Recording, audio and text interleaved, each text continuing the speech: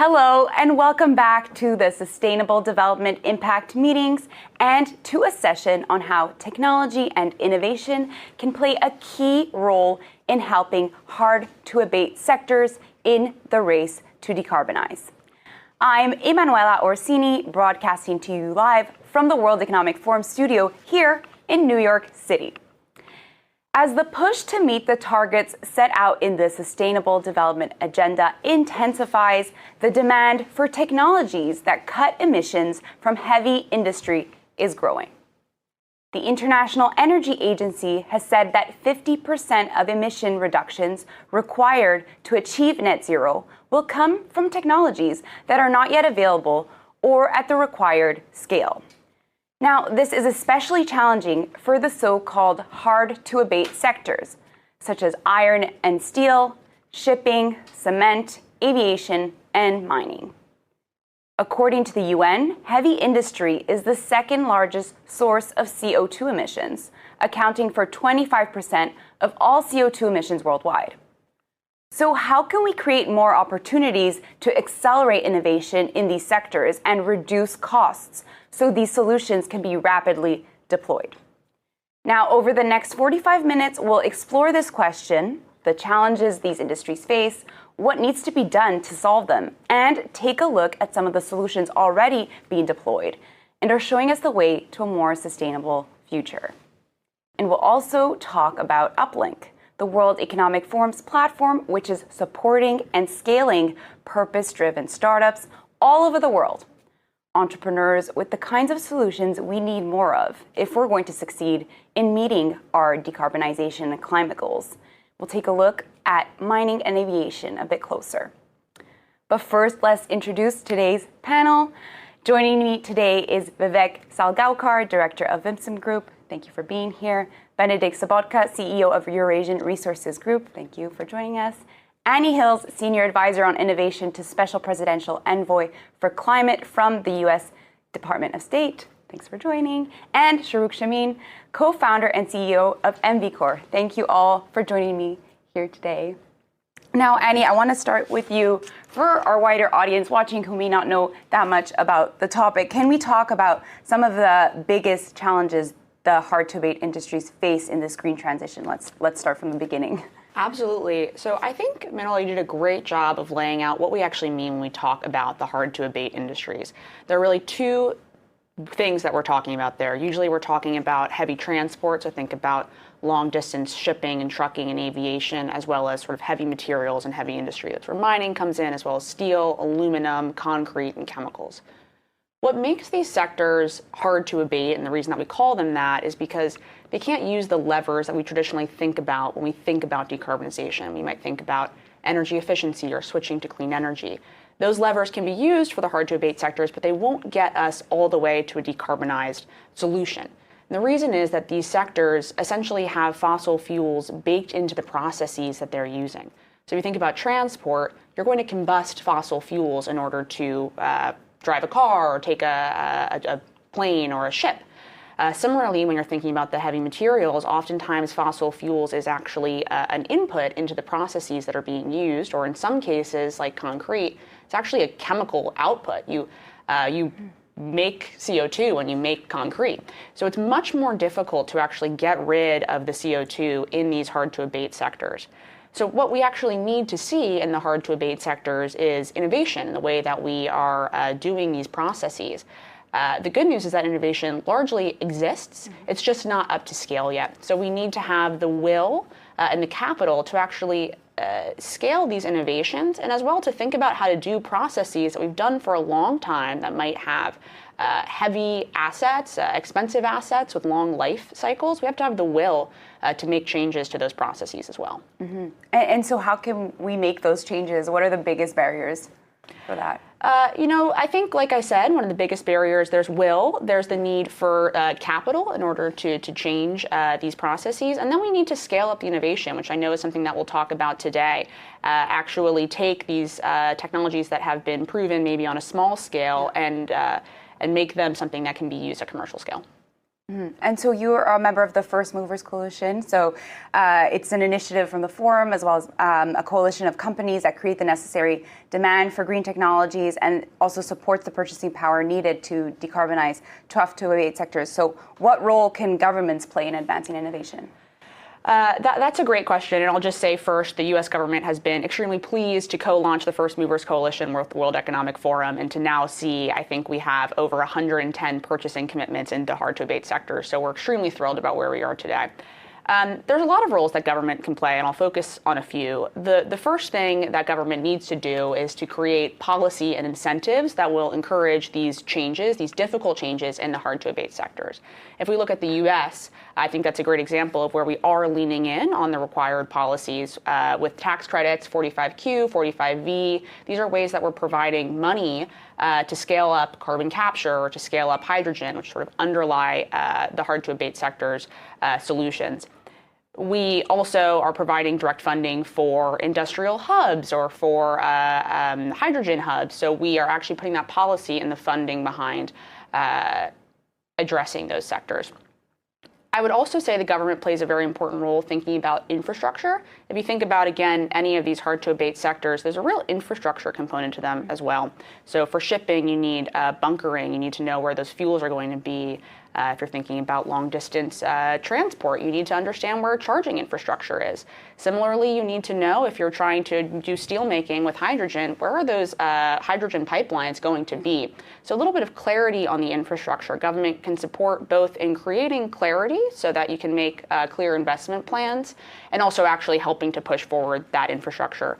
The final thing that I'll say on what governments can do is that governments are actually also a major buyer. When we talk about demand signals on the purchasing side, it's important for governments to recognize that in many cases we are the largest purchaser of concrete, of steel. We have fleets. So it's important for us to think about our role as a buyer as well. Now, the First Movers Coalition supports over 7 sectors, so including mining. So I just want to focus a bit more on the mining sector. Benedikt, from a private sector perspective, how has collaborating with different governments been beneficial for your organization in working to decarbonize? The mining industry, because it's in many host countries such an important employer and source of infrastructure, source of power generation, by its nature has a very strong stakeholder component. And those are obviously governments and civil society and the communities that live around our operations. In some cases, and we're in 20 countries, and in some cases we're the only company that exists at that location, which means we provide not just for the jobs, but we provide for the medical services, for electricity supply, for water supply, for wastewater disposal. So we do a lot more than just the actual business, which means the public-private sector cooperation is inherent in what we have to do in where we operate. Now, the challenge is that governments, they obviously want investment and they want employment. But on the other hand, they also want mining companies to be a responsible citizen. Now, as we now see the supply chain for the energy transition virtually exploding. I mean, we've never seen anything like this before in history. This is the biggest purchase order in the history of the mining industry, the green energy transition, because just so much more material is going to be needed. At the same time, there's so many obstacles for us to expand our production if we want to race to the top as opposed to race to the bottom. Because it's easy to expand production when you race to the bottom. You just break the rules. And a lot of companies do that. We see that every day. But if you want to do the right thing, it's incredibly difficult to actually expand production, to bring more of these energy transition critical materials to the market, and to do that in a sustainable way. And what we find in some of the regions we operate in Asia or in Africa or in South America is that the governments are very supportive and they push us for more investment. But we don't actually get the reward for being good companies the way that we should be getting the reward for being the good companies. The challenge being here, it's a commodity industry, right? Commodity in itself means that the price is the same, right? Whether it's one unit produced with a very high carbon footprint or one unit of a certain metal produced with a very low carbon footprint, the price is identical. So there's no differentiation. So good companies companies that try to do the right thing that actually do not get rewarded because the price for 1 unit of iron ore is the same as the next unit of iron ore. And that is a challenge, if I can build on what Annie said. It's not just the hard-to-abate emissions that are baked into the production process, and there's a lot you can do about electrifying your truck fleet. You can use renewable energy, co-generating in your operations. You can use different types of transportation.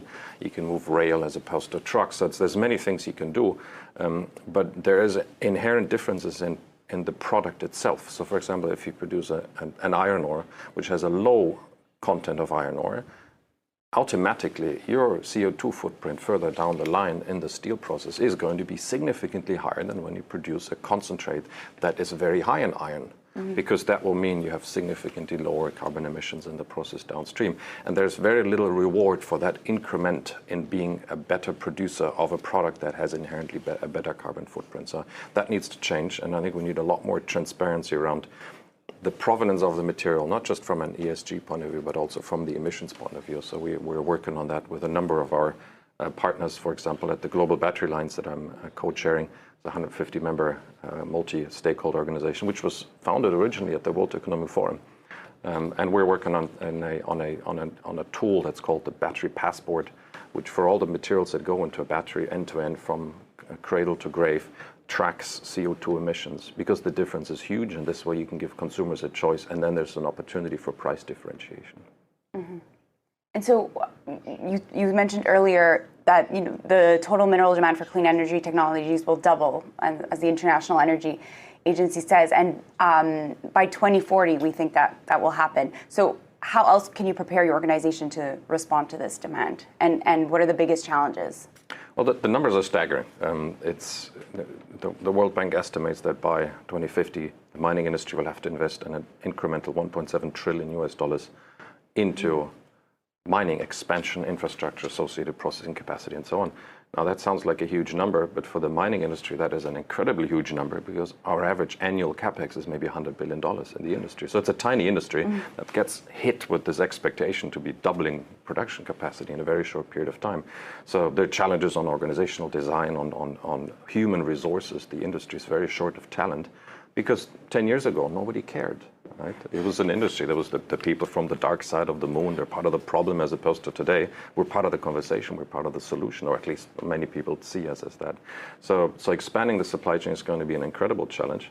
But look, it's a great opportunity for business, and it's a great opportunity also for innovation.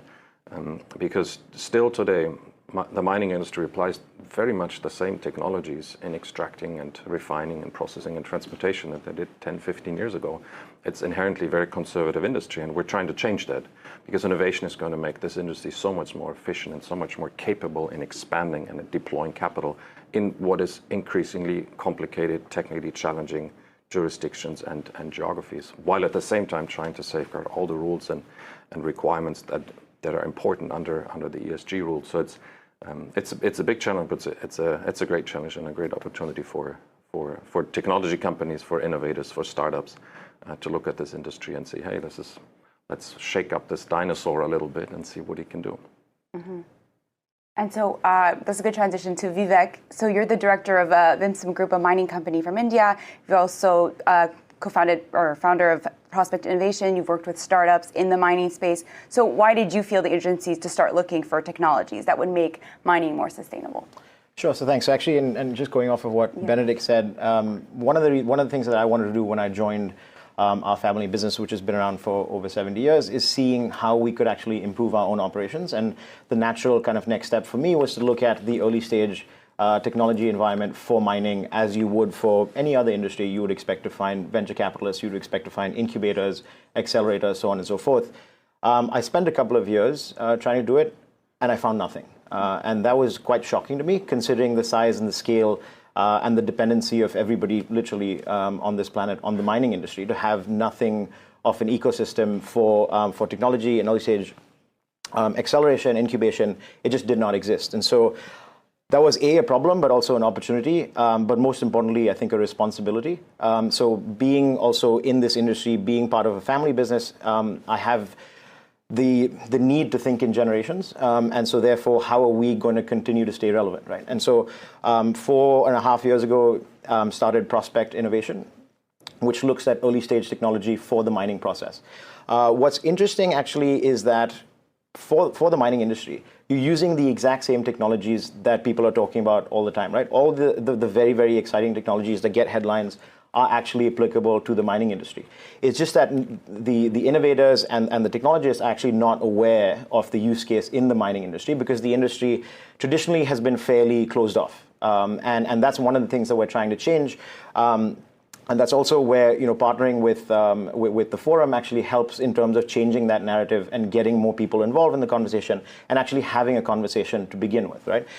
So over the years, it's been a short journey. It's been about 4.5 years. We've now had about 30 companies roughly come through it from about a dozen countries. So the technology does exist.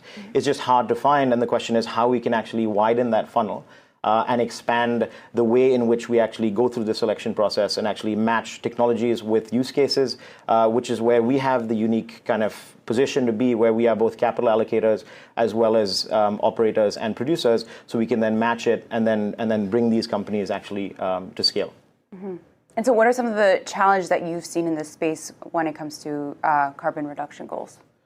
So I think the biggest challenge is actually trying to get people thinking about mining as a use case and as a TAM or total addressable market or a use case, right?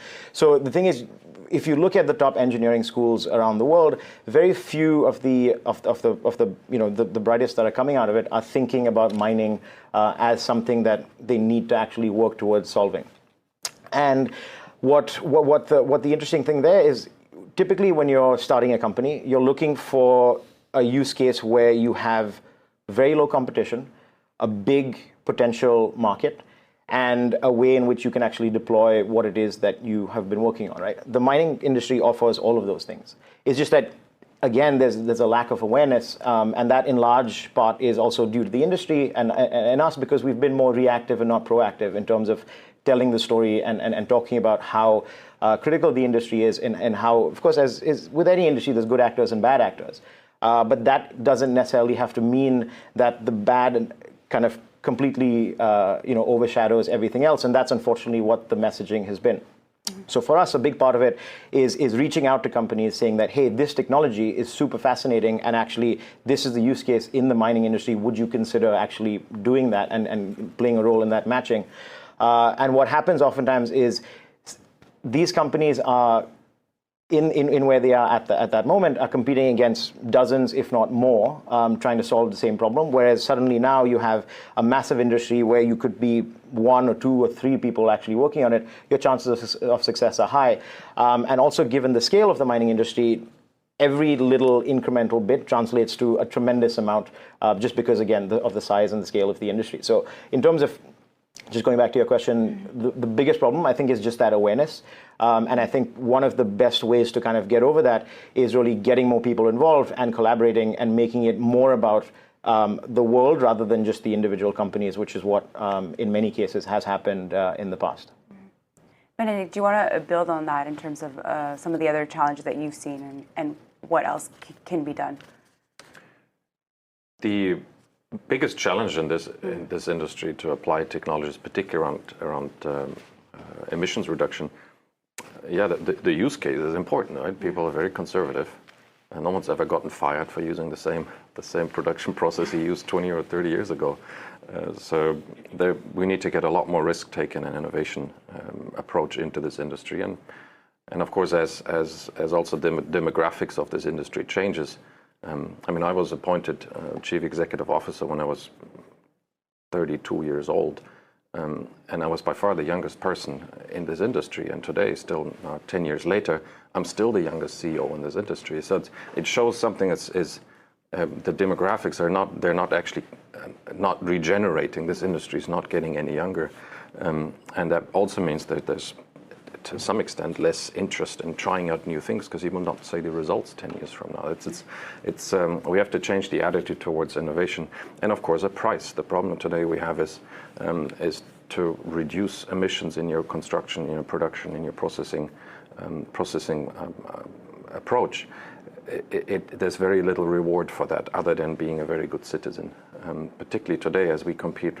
I mean, one unit of a metal that's, for example, produced for a battery competes with all the other units of metals that are produced somewhere else in the world, right? And for the consumer, there's no difference whether this unit has been produced using lignite coal-fired power with a very dirty production process, or whether it's been based on hydropower. It doesn't see the difference because you can't see the element looks the same, right?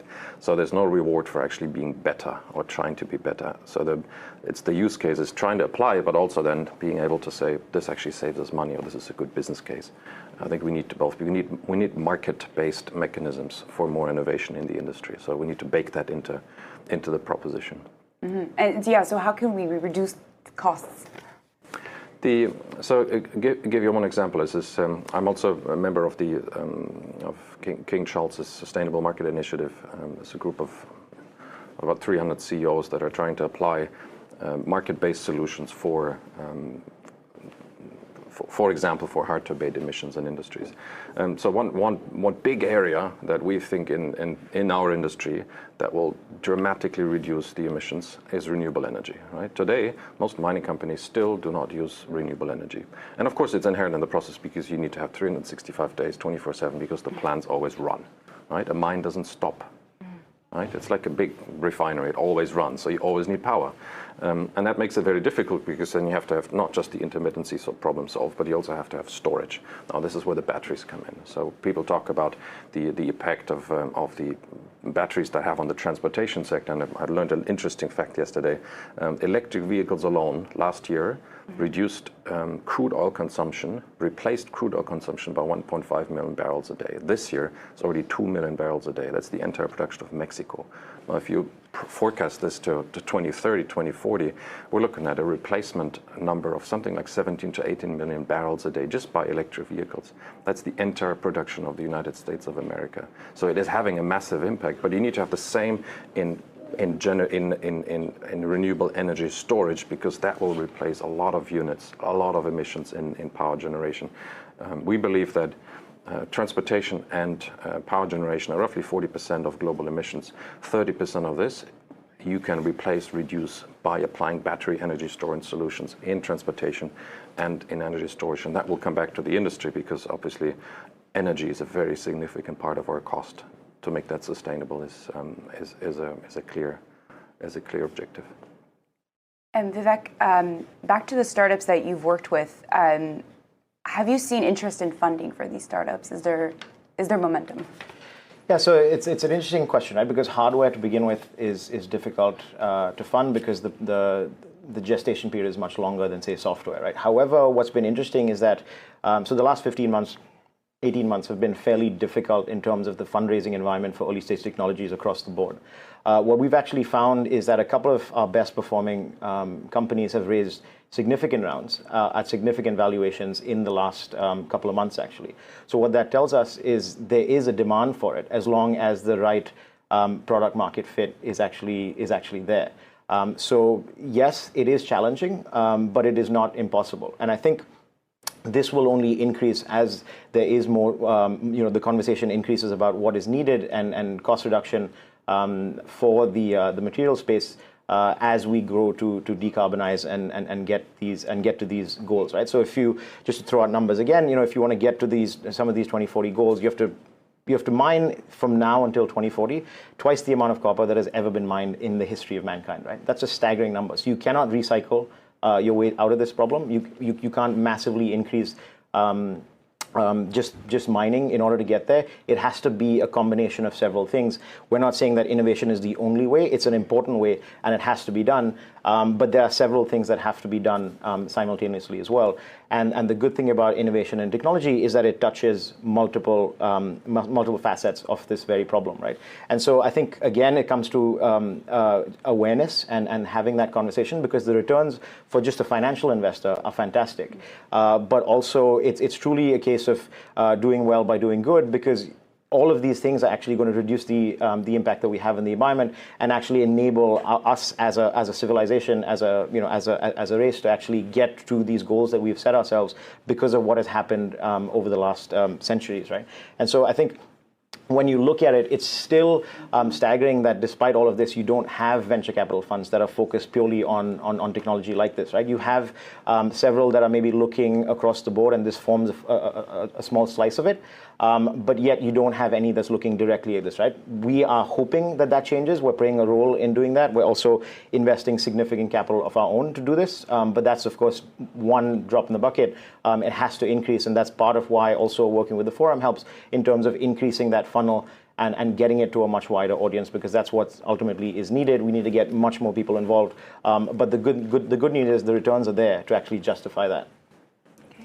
So now I want to go to an entrepreneur in the mining space. Shahrukh, you're the CEO of a startup called EnviCore, which helps to repurpose the waste created by the mining industry. And you're also part of the Uplink community. You were selected as one of our circular economy innovation challenges. So can you tell us a bit more about what your company does and the problem you're solving? Definitely. Thanks for having me. So we are a Calgary, Canada-based company, and our whole focus is, and we are a strong believer of cradle to cradle.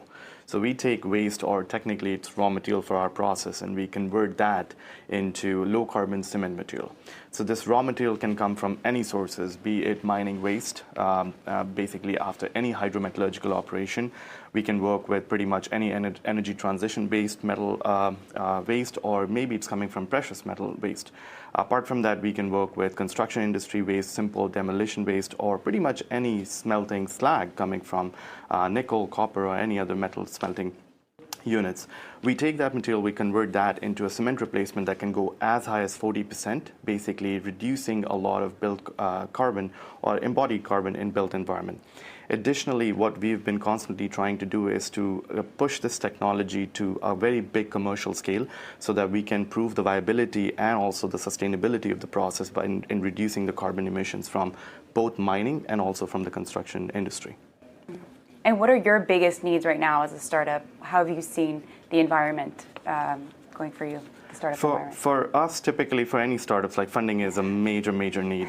Apart from that, I think the government support, specifically operating in mining and both in construction, where this is pretty much regulatory driven. So having that support from government side where regulations doesn't act as a hinder or block for us rather than as a support.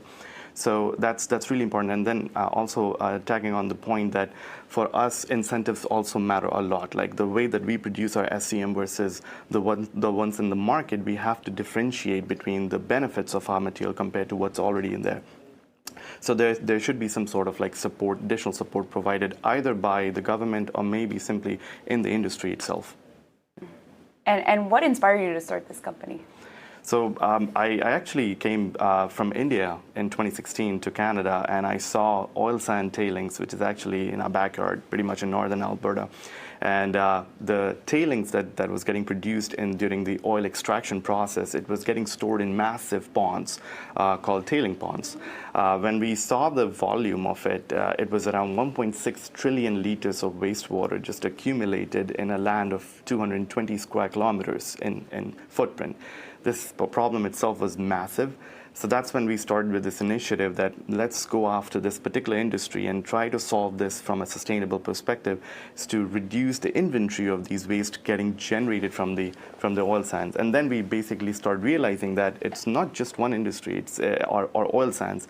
The metal mining industry exactly producing a similar or even higher quantity of waste material that can simply be now reused or repurposed into a useful product for another industry. So that was a big motivation for us. And then government of Alberta actually came up with a much needed support at that point of time to help us getting that platform so that we can start working on commercializing our technology. Yeah. And what importance do partnerships and collaborations have for your company? Oh, those are the most important things for us. And we always strive for collaboration because we really believe that in this particular industries, if we want to make a meaningful impact, we have to do it with collaborative efforts with major stakeholders, For example, we are working with major mining companies in North America, Latin America, also in Europe and in Asia, and with cement companies as well in the similar regions, to make sure that we can identify the market. We have the major people already involved in the project who can not just support from, yes, we are giving you the permission to operate on our land, but also the much needed operational support. Because as a startup, we really need all those kind of like help from not just a regulatory perspective, but also from a scale-up perspective as well.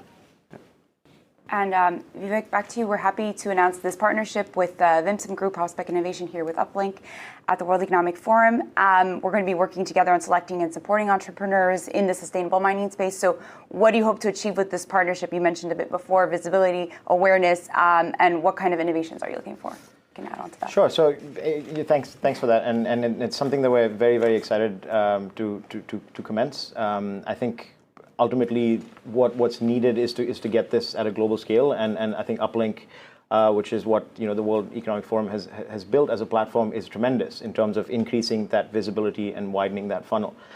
So what we hope to achieve is a number of things. So over a series of challenges over the next several years, what we want to do is figure out specific use cases and specific problems that the industry faces, and then have technologists and entrepreneurs really address them.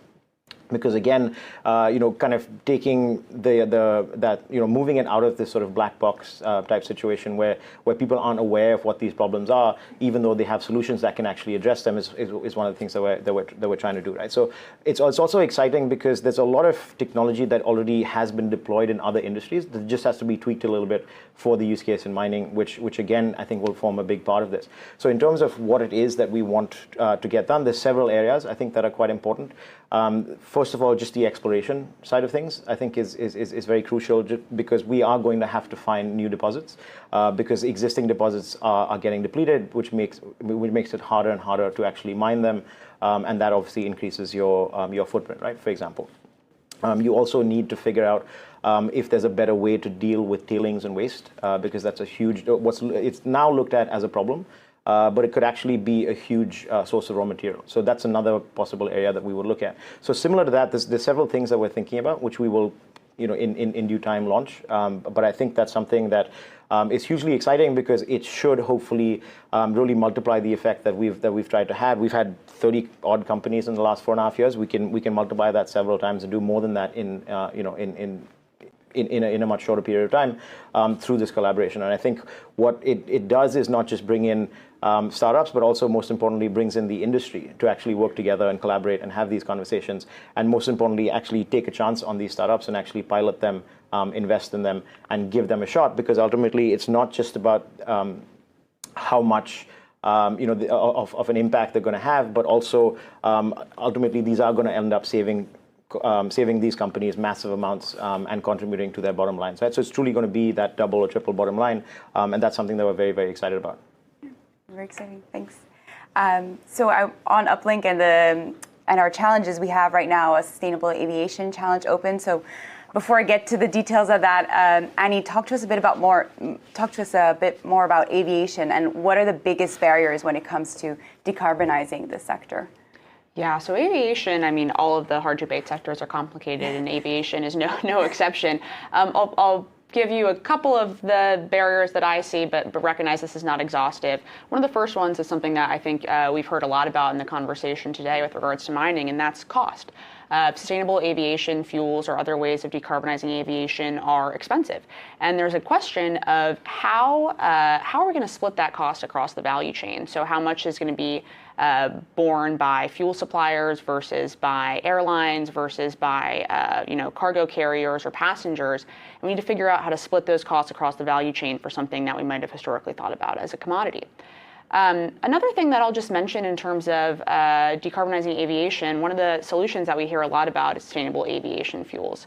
What we often think of as sustainable aviation fuels, biofuels and advanced biofuels, they're going to have issues scaling to meet the entire need of the aviation industry for reasons about trying to the amount of feedstock that's available, it's just going to be difficult for sustainable aviation fuel to meet the entire need. So there's really going to need to be a portfolio of solutions in order to meet the aviation problem. So that will include, other pathways like power to liquid, as well as some of the other innovations that we're looking to spur through the Aviation Challenge. Essentially, we need to continue to innovate and find a whole suite of solutions that can help us to meet the entire need of the aviation sector, which is immense. There are many other barriers as well. Regulatory is one that comes to mind. I probably won't go into those because we could have a whole nother session on it, but we'll stop there. Yeah, it seems like a huge sector also that it seems almost insurmountable. Like there's just so many parts, as you mentioned, across the chain to get to that. So I'm wondering who else needs to be involved to get to this point?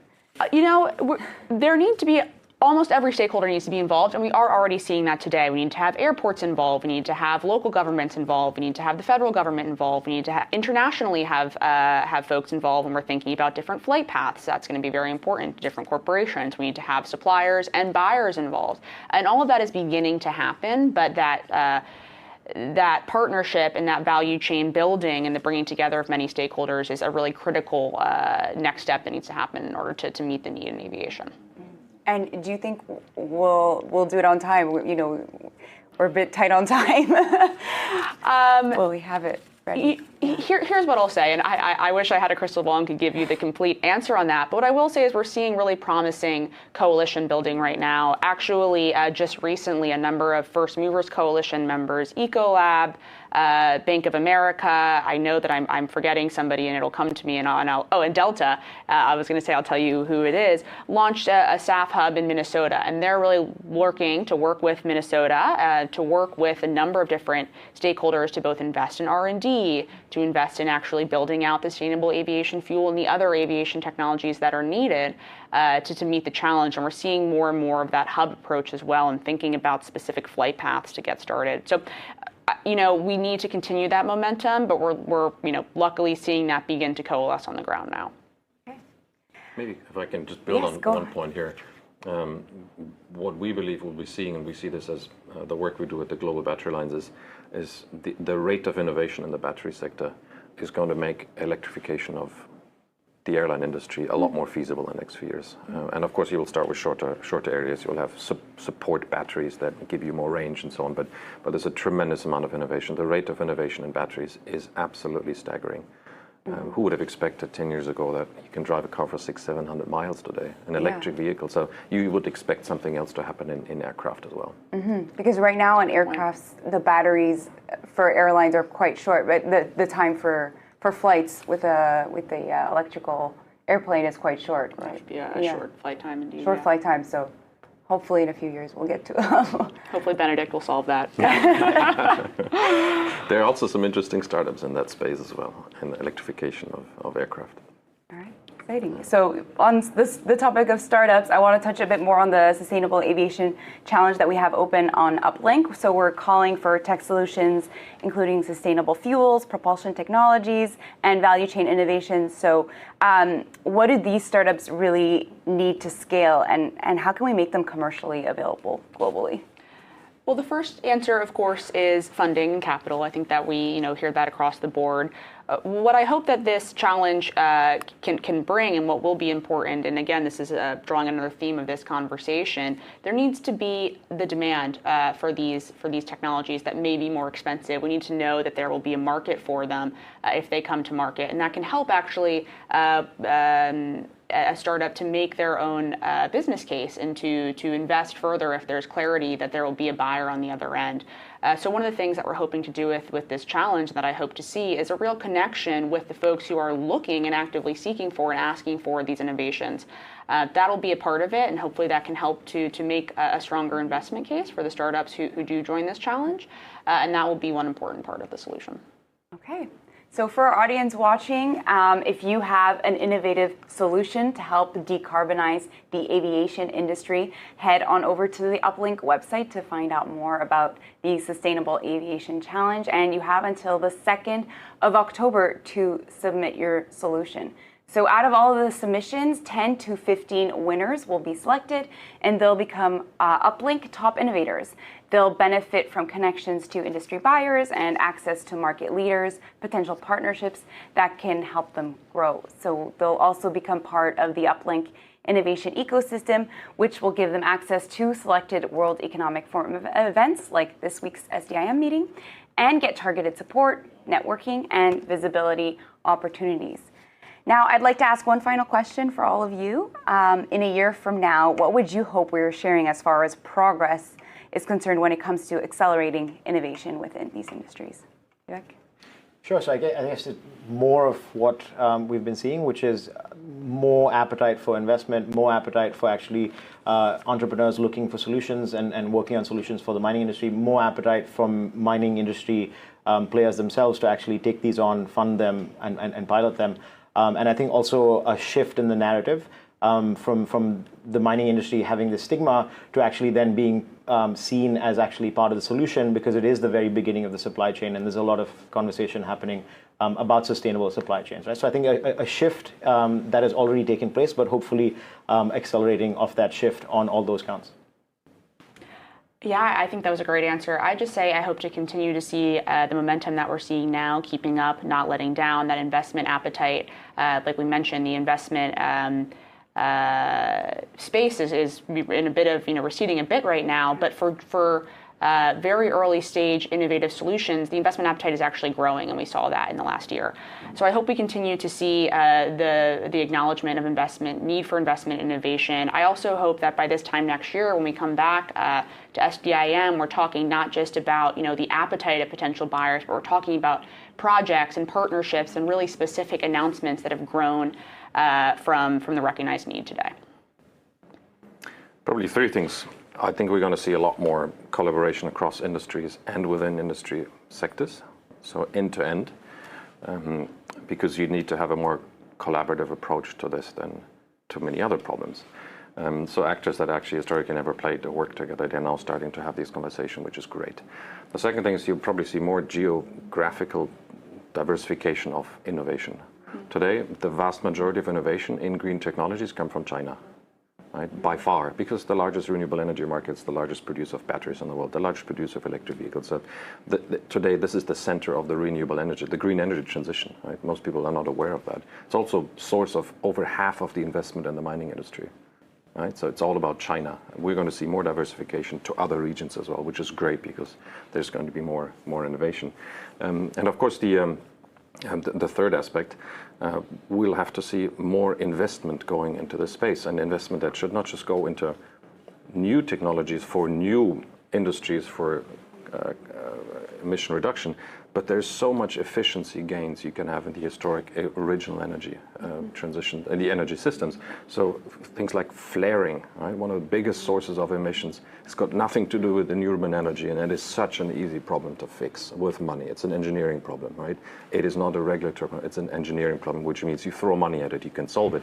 So there's so many things we can improve in these hard-to-abate industries that are actually not so hard to abate. It just takes will, funding, and implementation, which is something the private sector is usually very good at, if you let them do it. So from a startup perspective, I really believe that we'll start seeing a lot more collaboration from the mining industry, and we have already started seeing it since last year. For us itself, like whenever we are talking to any mining company, the openness, we can clearly assess that they're now really moving from, yes, we are a conservative industry, to more like, yes, we really want to innovate. And this is happening not just in the mining, but also in the construction industry, where a lot of initiatives are coming where they're actively pursuing even early stage technologies where they can nurture them and basically take it forward to at a stage where they can commercially deploy it. So that's definitely going to be accelerating in the next year or so. And then the funding is really important. Like for a lot of startups, even in the pre-seed or seed stage, like we're looking at really good deals happening with very good valuations that actually gives incentive to entrepreneurs to start working towards like solving these type of problems. So definitely these two aspects would be accelerating in the next year or so. Well, that brings our session to a close. Thank you so much for joining us and joining me today here in this session. Thank you. Thank you for having us. Thank you. Thank you. And I want to thank you all, the audience, for being with me here today as well to talk about big challenges in the tough-to-decarbonize sectors. There's still a long road ahead. However, as we've just seen, accelerating innovation through collaboration and through key initiatives can be a key driver for the transition towards net zero. So if you'd like to learn more about how to support purpose-driven entrepreneurs that are trying to tackle some of the biggest issues facing our planet, such as water security, the conservation of nature, protecting the ocean, the circular economy, and many more topics, make sure to visit Uplink. We'll leave you now with the launch of the video of the Sustainable Aviation Challenge. Thank you so much for tuning in. We'll see you next time. We are now facing the challenge of reinventing flying for a net zero emissions future. We will need new propulsion systems running on alternative fuels, new materials, new aircraft designs, and operational changes that can deliver emission reductions. It will take a lot of great minds to decarbonize aviation, and we're looking for the best ideas out there. We're looking for 3 types of main innovations: sustainable aviation fuel and other novel propulsion technologies. That's kind of the first bucket. The second are value chain innovations, anything from feedstock to combustion and propulsion, all the way through market infrastructure that helps us transact environmental attributes at the end. The third bucket of innovation are those innovations that come from other sectors that we can apply to decarbonize and revolutionize aviation. What we're really excited about is that the innovators will also benefit from the collaborations with the supporting partners, which represent some of the most innovative leaders in aviation. And that will look like things like technical support, business support, and financial support.